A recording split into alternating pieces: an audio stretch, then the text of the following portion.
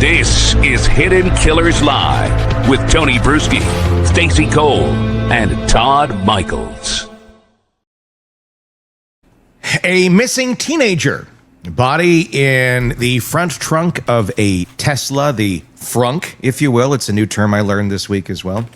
A rising music star at the center, David, or D4VD, that you're seeing. And over a year of red flags, but somehow it all went unchecked. But beyond the outrage, beyond the speculation, there are real questions. What should have been done? And what still can be done? And what makes sense in this case? They found her body in the frunk of the Tesla. Did the whole body fit in there? Was she dismembered? Why was she dismembered? What does all of that say about the crime that took place? We're going to get into all of that today. We're joined by retired FBI Special Agent Jennifer Coffindaffer, someone who's worked these cases in the real world. When the leads are cold, Jennifer, the timeline is broken and the public wants justice before the evidence is even in. What does a case like this look like through federal eyes? And what's the risk when the clock keeps ticking and still no one's been charged yet? Well, the clock's ticking, Tony, because they don't have the answers. I think that possibly that Tesla information, the Sentry mode that you can put a Tesla in, maybe was disabled. It seems to me if they had absolute evidence of who put her in that trunk, that would be at least one charge that could be charged. But they haven't charged anything. So were the cameras disabled, or were the people who did that, or person who did that, covered in black like a Brian Koberger, and they can't make him out and they don't have big eyebrows?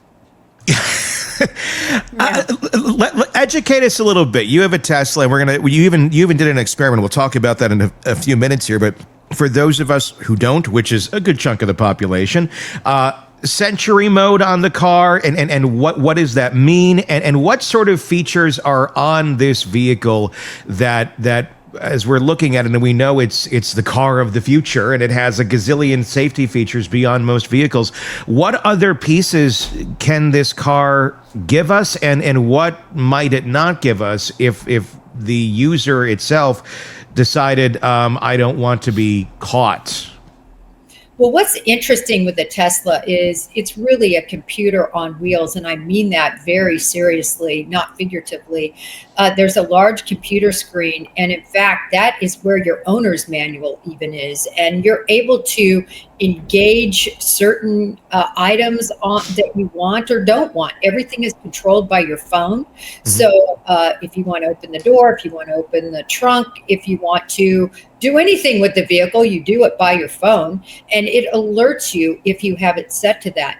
Now, there's up to 9 cameras on this car, and if you have it set to Sentry mode, meaning the mode that keeps that car safe, people who touch it, go around it, you're going to get photos of all of that. But it takes literally your fingertip to disable that. And if that was disabled on this car, nobody's going to see anything because there's not going to be any cameras in there.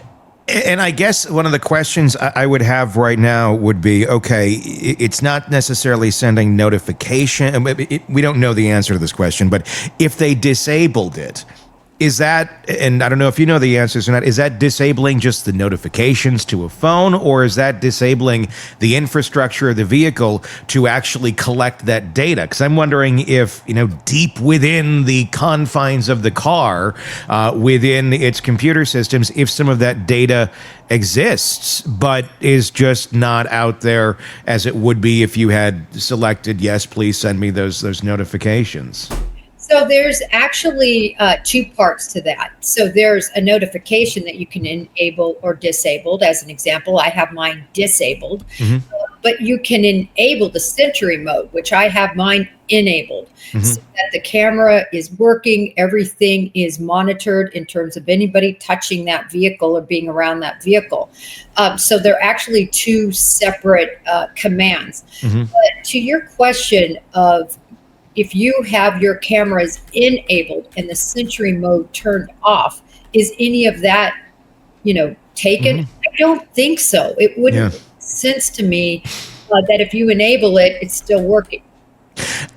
What I wonder about is maybe the cameras are off, but I do wonder about just basic function of the car. When they get into the vehicle log data, like we've seen in so many cases where, okay, well, it accelerated this way. I mean, look at the Karen Reed case where it took 2 trials to discover, oh, there's this whole other set of data over here we didn't know existed. Something like this, I would think there might be records of, okay, the trunk or the frunk was opened.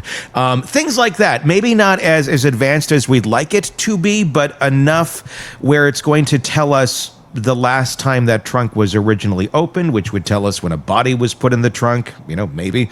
And just other little things here, doors opening, the GPS of the vehicle, things like that you typically can't completely disable unless you, I guess, really, really know what you're doing, or maybe just you can't do, period. No, I agree with you. I think that the GPS system, I think whether the doors are opened or closed, whether the trunk is open or closed, the speed at which the vehicle goes, when it stops, I think they're going to be able to track all of that. I don't know that you can disable that. At least I've never tried to disable it, and I don't know that you can. I'll look into that, Tony, later, but I don't think so. I think it's going to record that. So we have the body that is found in the trunk, and it's been reported that the body was dismembered. And I'm not trying to be gruesome here. I've heard various reports on this. I know you have too. What do we know factually at this moment about the state of Celeste's body as found in that vehicle? So I'm going to go back to the genesis, right? The very genesis of the reporting. And that was from the local Los Angeles station. And in that, it's specific. It's very specific. It says the torso and the head.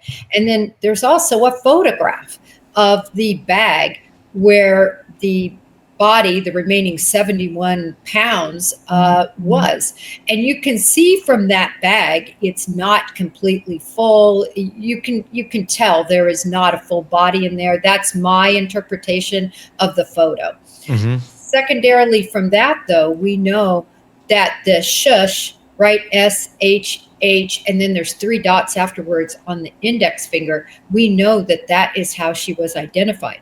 So for me, there's a lot of questions in terms of was that also in the bag but not discussed? Was that in another part of the vehicle? That seems confusing. But that was our first reporting on it, the body being dismembered. So I guess we can say unconfirmed, kind of speculation at this moment in time, but her whole body is likely not intact. Like there may be another piece of her body elsewhere. I don't know about elsewhere. I think it's possible from the photograph that we can all see of this bag. You could dismember the body, as was reported, and fit it all in that bag nicely, compared to an elongated 5 foot, 1 inch body that would, of course, also likely been in rigor, some stage of rigor. So, I mean, what does that tell us about this case if the body is cut up? When you think of that, we often think, oh, this is rageful, this is horrible. Or is it more of a crime of convenience of let's try to fit this thing into this trunk because by itself, might it not fit? That's my belief, Tony, the latter. In other words, this was a situation like most situations of dismemberment where it's done, and it sounds terrible, but it's for practicality. Yeah. Either you slice up different body parts and you can strewn them all over, try to, it takes longer to identify. Of course, in this day in DNA, it wouldn't matter as much, but back in the day, and then also for people fitting a body into particular containers, that is often the reason for dismemberment. So is that typically, I guess I honestly have never really thought that much about dismemberment, like why you would do that. Lies. She thinks about it all the time. No, I don't. Honest. I think of other things. But now I lost my train of thought, Tony. You're talking about dismemberment. Yes, thank you. But is that typically why somebody would dismember a body is for convenience, or like Tony referenced, is it rage that I'm going to cut you up? I don't want to be completely gruesome here, but it's a lot of rage though to It's I rage. would think so. I think when I think rage, I think, stabbing. I think, I don't know, maybe shooting more than you need to. Chop, like that's like you get into butchery at that That's point. methodical. Yeah. It really is. In most cases, it's a huge percentage that it's for practical reason. Wow. Not out of rage or anger. People sort of think that for some reason because it is so gruesome and terrible. And you think, how could you do that to somebody you loved or somebody you knew? How could you do that? But it becomes a matter of how am I going to get them in this frunk if I don't do this? What do you? Interesting. What's your thoughts on and maybe I don't know we've stats, but just from experience here, when you run into a case like this where the body is dismembered, does that tend to increase or decrease the odds of whoever did the dismembering of getting caught? I'm just wondering that because you do you create more of a mess, for lack of a better term. It absolutely is detrimental, actually, because now you have tool marks you can work with that you can go back to what actually caused that and then work on making that tool, not making it, but working on seeing if that person purchased that tool or had that tool. So now they've got to hide all the tools. Now they've made a huge bloody mess. So now all their garments, wherever this was done, all of that crime scene is going to be just riddled with blood and DNA. So quite frankly, they should find a place to hide the body that would comport to the configuration of the body. I mean, they were checking the drains of the house that he was renting for $20,000 a month, and I mean, at least that's what some of the reporting was earlier on, of getting into that system and seeing what you never know what you're going to find in the drain. As anyone who's ever gone and gotten a drain snake and stuck it down, you're like, oh, I had no idea all this was living in my drain, and then you throw up into a garbage can, and then throw the drain snake away. At least that's been my experience. It's such a gross. I hate having to do that. Like they need stronger Drano because that stuff is gross. But they got in there. I mean, they're looking, so they would have. And I'm wondering about that too. People when they're trying to clean up the crime scene, trying to wash things away, they're going to go to a drain. They're going to go to a shower. They're going to go to a sink. Wherever they can find a drain that makes sense. I'm sorry this is getting so gross today, but it's just kind of the nature of what we're talking about. Does bodily remains, fluids, things like that, do they tend to stick around in drains after someone does this? Or did trace materials stand no matter what, no matter how much you try to flush that drain clean with chemicals or whatnot? Absolutely, because of the configuration of that drain that goes down and loops up often. And that's why things get trapped in there. As you so well put, I would love to do a drain experiment, right? We could take any drain apart and we're going to find hair. We're going to find all sorts of gunk and junk there. And Celeste had a huge head of hair. Yeah. And that hair may become very important in terms of if that was trapped, if anything else was trapped on it. In other words, blood on the hair that would have been trapped in the drain. And we'll talk more about the investigation in just a little bit, but I want to keep talking about logistics here for a little bit. You decided to do an experiment of your own and try to see, could you fit this body as a whole into the trunk? I saw your tweet about it the other day. I kind of chuckled a little bit, but it's a good idea. And I know you said, sometimes just going back to reality and seeing things in real time, in real space, really opens up your mind. It makes you see things off of paper in ways that you otherwise may not. Tell me about the experiment. What came to your mind? How did you think about doing this? Well, there was this whole, argument going on sort of online, whether she was dismembered or not. And kind of everybody, I think, forgetting about the original reporting that was at least referenced that it was from law enforcement sources. Right. So, and when you go back and look at that, people were just sort of disregarding that. And then they were making all these leaps and saying, oh, well, she might have been dismembered, but it probably happened naturally through the process of her degrading, her body degrading. But then having a Tesla And knowing the size of these frunks, they are nothing like a trunk. They're small. They have a plastic or a polymer, so they're very hard. They don't give, and they're not deep at all. Yeah. And I thought, I'm 5'1", 5'1.5", maybe, almost the exact dimensions of her.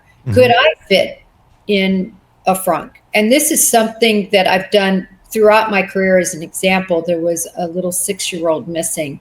And the hypothesis that a lot of people in law enforcement were going with was that he crawled out of the window. Well, the window was raised so high, and of course there was no stool. This was a horrible situation. Yeah. But there was no way I could even hoist myself and crawl through this particular window. It was also sort of boarded. There was no way to fit through there. And then on the other side of it was a fire ant pile, which was undisturbed. So sometimes you just have to go to the crime scene and you have to look at the particular circumstances and see if it's even plausible. And that's what I wanted to do here. I wanted to see if I could even fit in an oversized, gigantic leaf lawn bag. And so I got one. Yeah. And tried to, ask my husband. And again, I'm fully pliable as a live human. A dead human would be in a state of rigor mortis, or at least some stage. At about 2 hours, it sets in where you're stiff. You start stiffening. But nevertheless, he tried to compact me in there. Again, I'm only 5'1", 110-ish, maybe. Yeah. There was no way. He kind of finally, we got my head compacted. Yeah. And then he's 5'10" or so, works out every day. And David is only 5'3", 5'4", maybe on the roster, and Sure. a big guy. And even with trying to lift, the slipperiness of that bag Yeah. makes it so difficult to manipulate and put somebody dead weight, if you will, in a trunk.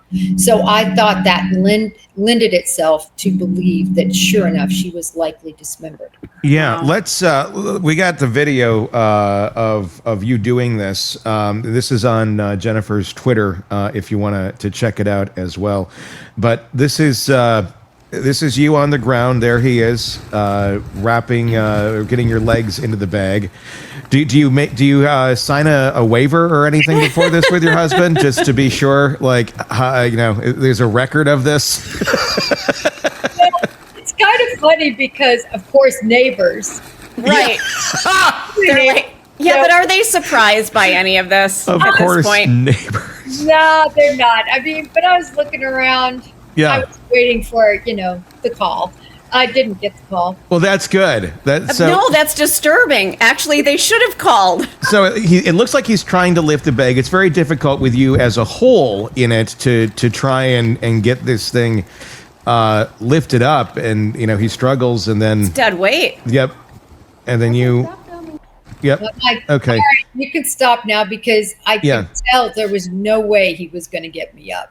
I Sure. was moving, and it was so slippery. I was sort of falling out meaning falling forward. Yeah. He was just going to drop me.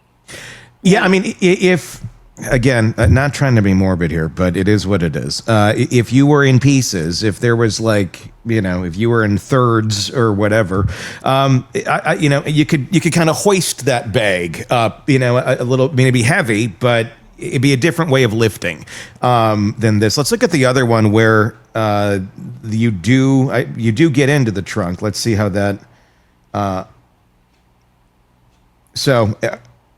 Is there? I mean, so you're kind of up there, but again, you're in a hole.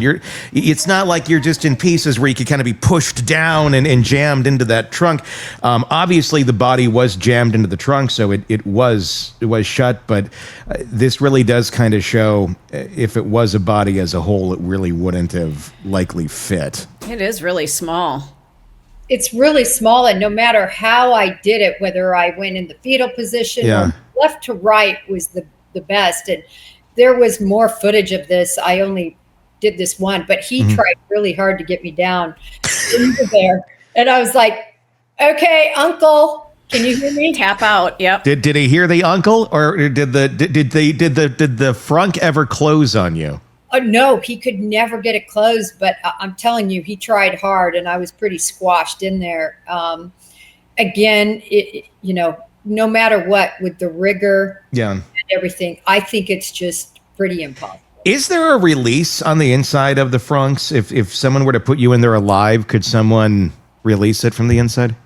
That's interesting. I did not see one. And in fact, I told them have their phones on the ready because their phones is how it's disabled. Okay. So if they would get me in there, I said, make sure, you've got it pulled up on your phone so I'm not in here too long. And there's not a nationwide Tesla outage at that moment in time. And all of a sudden the phones don't connect to the car. Yeah. Or you have to go in and get on the computer and go through a few steps to get it open. But yeah, it's very small. There is an X model that he actually had. This is the Y. Mm-hmm. So the X model is slightly larger. You can fit golf clubs in there. But believe me, golf clubs, it was a little under, I believe, 2 more cubic feet. Mm-hmm. Still very, very small. Let's talk about the method here of the dismemberment. How often do we see cases where dismemberment is playing a role where it is an intentional murder, like this is, she was murdered for a reason, or there's an accident and, oh my God, we got to cover up this body? Considering dismembering typically is more of a crime of convenience than it is a rage, I'm wondering if, I don't want to get caught for this. This was a horrible, horrible accident of some sort.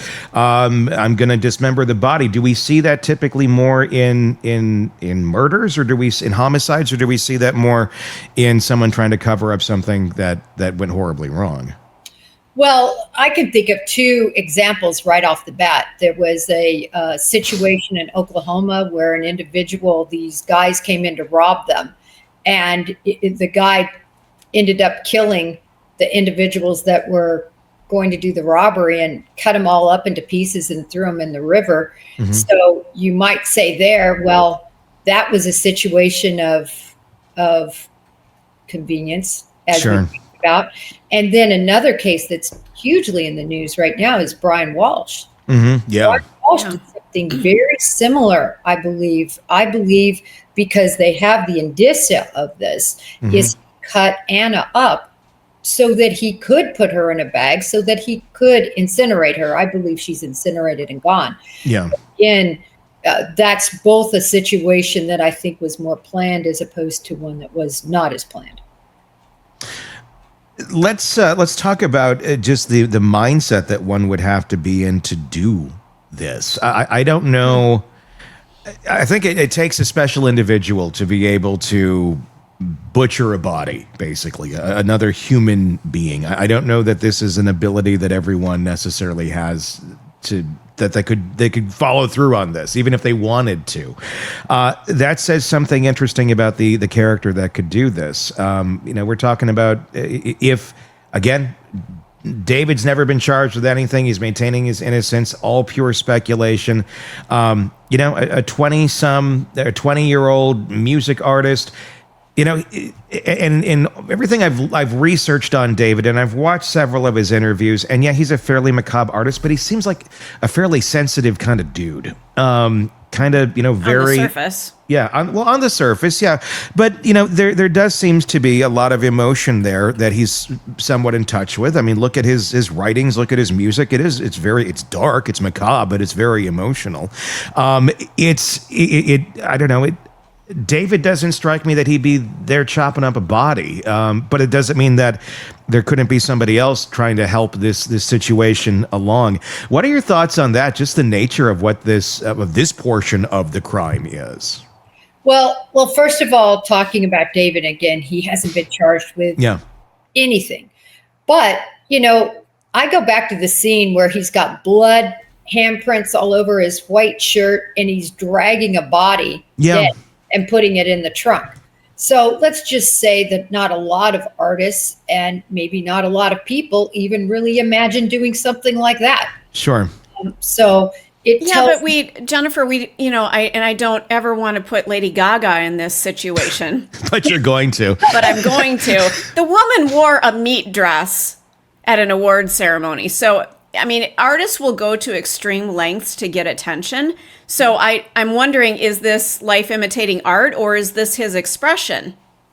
I don't know. I know a lot of artistic people and they will take it to extremes. So I guess I leave that a little bit, I leave a little space for that maybe this is his art form. We may not agree with it, but that's just what he does. I don't know. What are your thoughts on that? Well, I think you bring up a great point. If Celeste wouldn't have been found dead in his trunk. Yes. Okay.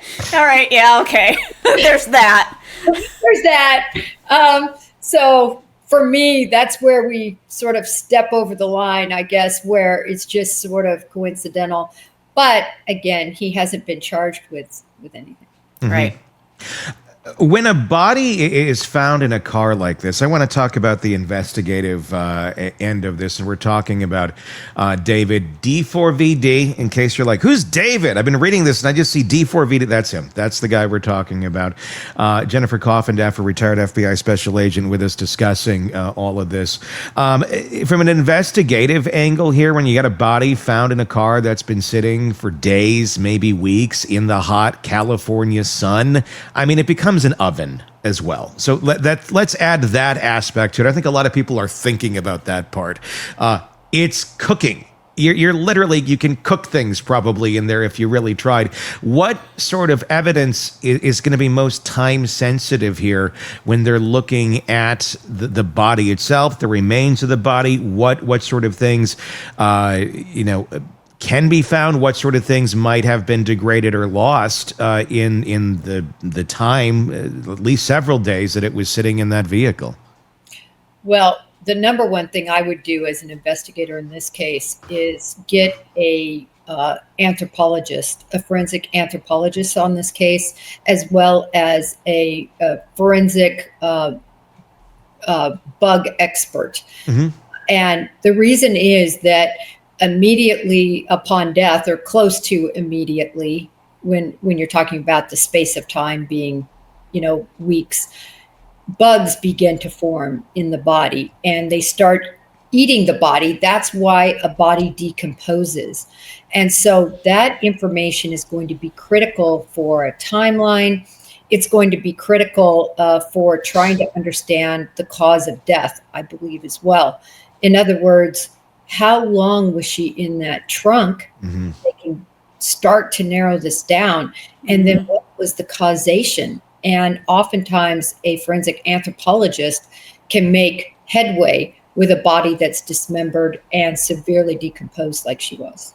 What do you make of just the fact that whoever did this put a body in a trunk on a busy road that this car is going to get attention at some point in time, obviously, and it did. Just the line of thinking of putting this body in this trunk to conceal it. Was this midway through a plan of somebody who didn't have a very good plan of, well, I'm going to park the car here until I figure out the next thing to do, and are too inexperienced in life to realize that cars get towed eventually if they aren't moved? Or was this, I don't know. That part also kind of gets me of like, this is very poor planning, whoever did this. Unless it was intentional, and I'm not figuring that part out quite yet. No, I think these are absolute rookie mistakes. This isn't somebody that's a career, mass murderer or anything like that. I believe this is somebody who it's a crime of passion, or it's a cover-up, mm-hmm. or something less sinister like a drug overdose. And it's absolute panic that set in. What are we going to do with the body? Mm-hmm. And this was a situation of convenience. And they thought, we'll just put this right over here. No one will notice for a while. I also believe they probably planned to move that body, move mm-hmm. her, move Celeste, or move that vehicle. And for whatever reason, they never got to it before it was towed. And that's another weird part of that's like, what are you waiting for, I guess? Like, you got the body in the trunk. You need to stop at the house for what? For how many days? Why? What? Yeah, again, rookie mistake, ignorance, young, dumb. I don't know. There's just, it just seems stupid. Want more on this case and others? Then press subscribe now and don't miss a moment of true crime coverage from Tony Bruschi and the Hidden Killers podcast.